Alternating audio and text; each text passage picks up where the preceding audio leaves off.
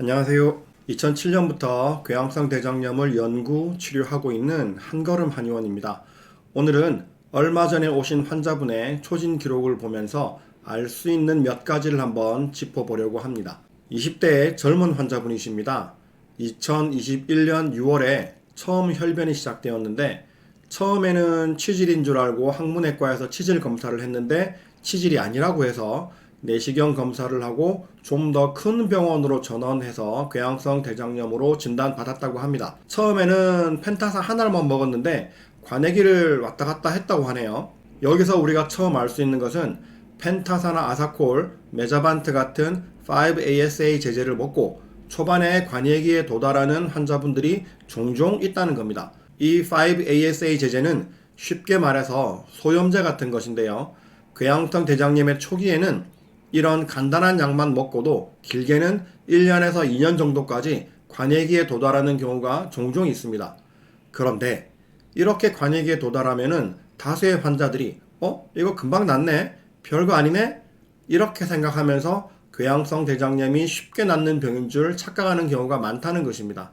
그래서 양약을 잘 안 챙겨 먹게 되죠. 이게 매일 약을 챙겨 먹는 게 사실 쉽지가 않잖아요. 더군다나 관해기에 도달하게 되면 말이죠. 그렇게 양약을 안 먹고 좀 지내다 보면 1, 2년 정도 지나서 증상이 다시 악화되는 경우가 많습니다. 그렇게 병원에 가면 의사가 약을 제대로 먹었어요? 하고 물어보는데 제대로 안 먹었습니다 하면 의사들이 약 안 먹어서 재발한 것처럼 환자를 혼을 내고 그리고 다시 5-ASA 제제를 처방하는데 이번에는 효과가 없죠. 그렇게 스테로이드나 면역 억제제 같은 다른 약으로 넘어가게 됩니다. 그런데 여기서 알아둬야 할 게 이제 진짜 약을 안 챙겨 먹어서 재발한 거냐? 사실 그렇지는 않죠. 왜냐하면은 약을 잘 챙겨 먹은 사람들은 그러면 재발을 안 해야 되는 거잖아요. 그런데 약을 잘 챙겨 먹어도 재발하죠. 그러니 5-ASA 제제 안 챙겨 먹어서 재발했다고 생각하시는 분들은 너무 자책하실 필요가 없습니다. 그런 거 아니에요. 자, 어쨌든 그래서 재발했잖아요. 그래서 이분의 경우에는 면역 억제제로 넘어갑니다. 아자프린, 성분명 아자치오프린이라는 면역 억제제로 넘어갔는데 면역 억제제를 복용했더니 부작용이 생깁니다. 면역 억제제가 이름만 봐도 면역 억제제잖아요. 면역력을 억제시키는 거죠. 요즘 세상이 전부 면역력을 막 올리려고 난린데 면역력을 떨어뜨리려고 하는 치료를 하고 있는 거죠. 면역력을 떨어뜨리면서 당연히 감염 위험이 증가합니다. 그리고 면역력이라는 게 결국 백혈구가 하는 건데 백혈구 수치가 막 감소하는 이런 치명적인 부작용이 생기기도 합니다. 그래서 면역 억제제를 복용하게 되면 2개월이나 3개월에 한 번씩 혈액 검사를 하거든요. 백혈구 수치가 너무 떨어지면 안 되니까. 그런데 이분의 경우에는 백혈구 수치가 엄청 떨어지고 그리고 부작용으로 탈모가 엄청 심해졌다고 합니다. 그래서 결국 면역 억제제는 못 쓰고 프레드니솔론, 스테로이드죠. 스테로이드와 뇌자반트를 병용하게 됐다고 합니다. 우리가 이 직내에서 면역 억제제의 부작용을 볼 수 있었습니다. 이분이 2024년 1월에 서울대병원으로 옮기셨는데 스테로이드인 소론도를 사용하고 호전되다가 2024년 6월에 다시 증상이 악화되었답니다. 그런데 서울대병원 의무 기록을 보다가 제가 약간 인상 깊었던 점이 있어요. 뭐냐면 여기 이거 대변 염증 수치인 대변 칼프로텍틴 검사 자료거든요. 2024년 1월에 검사한 수치가 1760점 높죠. 그런데 제 눈에 띄인 거는 바로 여기 참고치입니다. 100점 미만은 노말, 정상이라는 얘기고 100점에서 160점 사이는 보더라인, 경계역이라는 얘기죠. 160점 이상은 엘리베이티드, 올라갔다는 얘기입니다. 제가 지난번에도 이 이야기를 한 적이 있거든요. 물론 논문마다 다르지만 보통 50점이나 100점 미만은 정상, 100점에서 200점 정도 사이는 경계역, 200점에서 250점 넘어가면은 염증이 있는 거다. 이게 그런데 논문마다 다 달라가지고 딱 잘라 말할 수는 없어요. 그런데 이런 거를 다 사람이 정하는 거거든요. 예를 들어서 간 수치인 AST, ALT를 본단 말이에요. 보통 45점 이하를 정상으로 보는데 어떤 데서는 40점 정도를 기준 잡거든요. 그러니까 대충 45점 전후 이하면은 괜찮다는 거죠. 이게 만약에 48점이 나왔어. 그러면 이게 엄청 큰일이 나는 거냐? 그건 아니라는 거죠. 오차 범위 내에 있고 앞으로 신경 좀 써야 되겠는데 하는 정도로 받아들이면 되는 거거든요. 다시 돌아와서 우리나라 검사실에서 대변 염증 수치인 칼프로텍틴에 대해서 이런 범위를 제시해 주는 데를 제가 본 적이 없어요. 그냥 전부 50점 이하면 정상, 초과면은 높음, 이렇게 이야기하는 데가 대부분이에요. 이 50점이라는 기준도 사실은 절대적인 게 아닌 거고, 외국에서는 100점으로 잡는 데가 많은데 우리나라에서는 왜 경계액에 대한 설명도 없이 무조건 50점으로 잡아놓고 이야기를 하느냐. 그리고 이 대변 염증 수치 검사가 대단히 신뢰도가 높은 검사임에도 불구하고 검사를 잘 안 해요. 왜냐? 제 생각에는 우리나라 의료 시스템과 연관이 높다고 생각합니다. 일단 이 대변 검사는 귀찮고 돈이 안 돼요. 겨우 몇만 원 하거든요.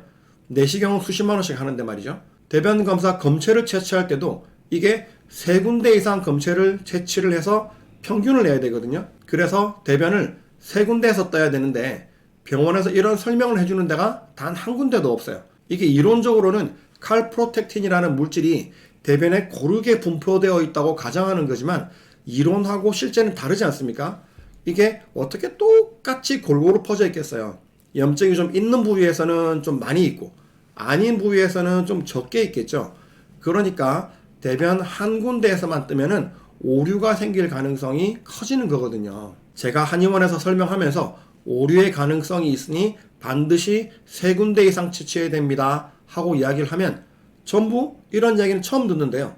병원에서 설명을 안 해주는 거죠. 왜 이런 설명을 안 해주고 이 검사를 잘 안 할까? 왜냐하면은 병원에서는 궤양성 대장염이 낫는다고 생각을 안 하니까. 한걸음 한의원에서는 치료하면서 증상이 개선되는 것을 확인하고 이게 임상적으로 관해기에 들어가도, 그러니까 임상적으로 혈변이나 설사 같은 증상이 완전히 좋아져도 이 염증 수치는 아직 높은 경우가 많단 말이죠. 왜 위내시경 보면 위험이 있다고 해도 나는 증상이 전혀 없는 경우가 많잖아요. 그것처럼 염증이 많이 줄어들게 되면 검사상에서는 염증이 검출이 되지만 증상은 없는 단계가 생긴단 말이죠. 그럴 때는 처방을 바꿔가면서 치료를 해주면 이 수치가 뚝뚝 떨어지면서 염증이 줄어드는 것을 확인할 수 있거든요. 그런데 양방병원에서는 약약 좀 바꾼다고 이 병이 완전히 낫는다고 생각을 안 하니까 자주 검사를 안 한다고 봅니다. 그리고 의사들이 이런 수치에 별 관심도 없는 것 같아요. 지난번에는 이건 다른 환자 얘기인데 대변 칼프로텍틴 수치가 130점이 나왔어요. 그래서 제가 그 정도만 많이 떨어졌네요. 일단 완전히 정상은 아니지만 그래도 나쁘지 않습니다. 조금 더 치료해서 더 떨어뜨리면 되겠네요 하고 이야기했단 말이죠. 그런데 병원에서는 이게 정상치가 50점인데 너는 130점이 나왔으니까 큰일 났다. 이거는 곧 생물학적 주사제에 맞는 것도 생각해 봐야 된다. 이렇게 이야기하더라는 거예요. 그래서 제가 이거는 그렇게 높은 점수가 아니다. 보통 혈변 보고 설사하고 그러면은 점수가 막 1000점, 3000점, 심하면 만점, 2만점 막 이렇게 나오거든요. 그런데 겨우 130점 나온 게 뭐 심하게 오버된 겁니까? 그 의사가 알고 이야기했는지 모르고 이야기했는지 모르겠지만 알고 이야기했어도 나쁘고 모르고 이야기했어도 나쁘죠. 모르고 이야기했으면 그냥 나쁜 거고 알고 이야기했으면 전형적인 공포 마케팅이죠. 환자에게 공포감을 심어주는 마케팅.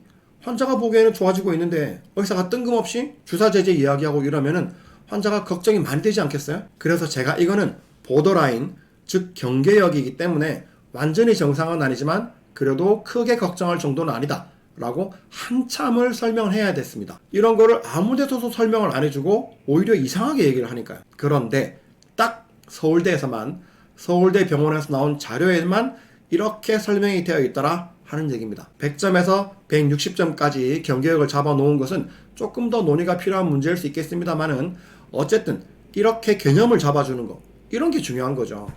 그래서 이걸 보고 나서 제가 역시 우리나라는 서울대학병원이구나 이렇게 생각을 하게 되었습니다. 자, 이 환자는 치료를 시작했으니 나중에 치료가 되고 나면 다시 한번 이야기하도록 하겠습니다.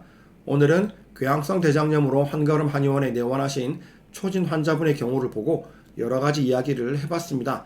궤양성 대장염을 이해하는데 좀 도움이 되셨으면 좋겠습니다. 오늘은 여기까지 하겠습니다. 감사합니다.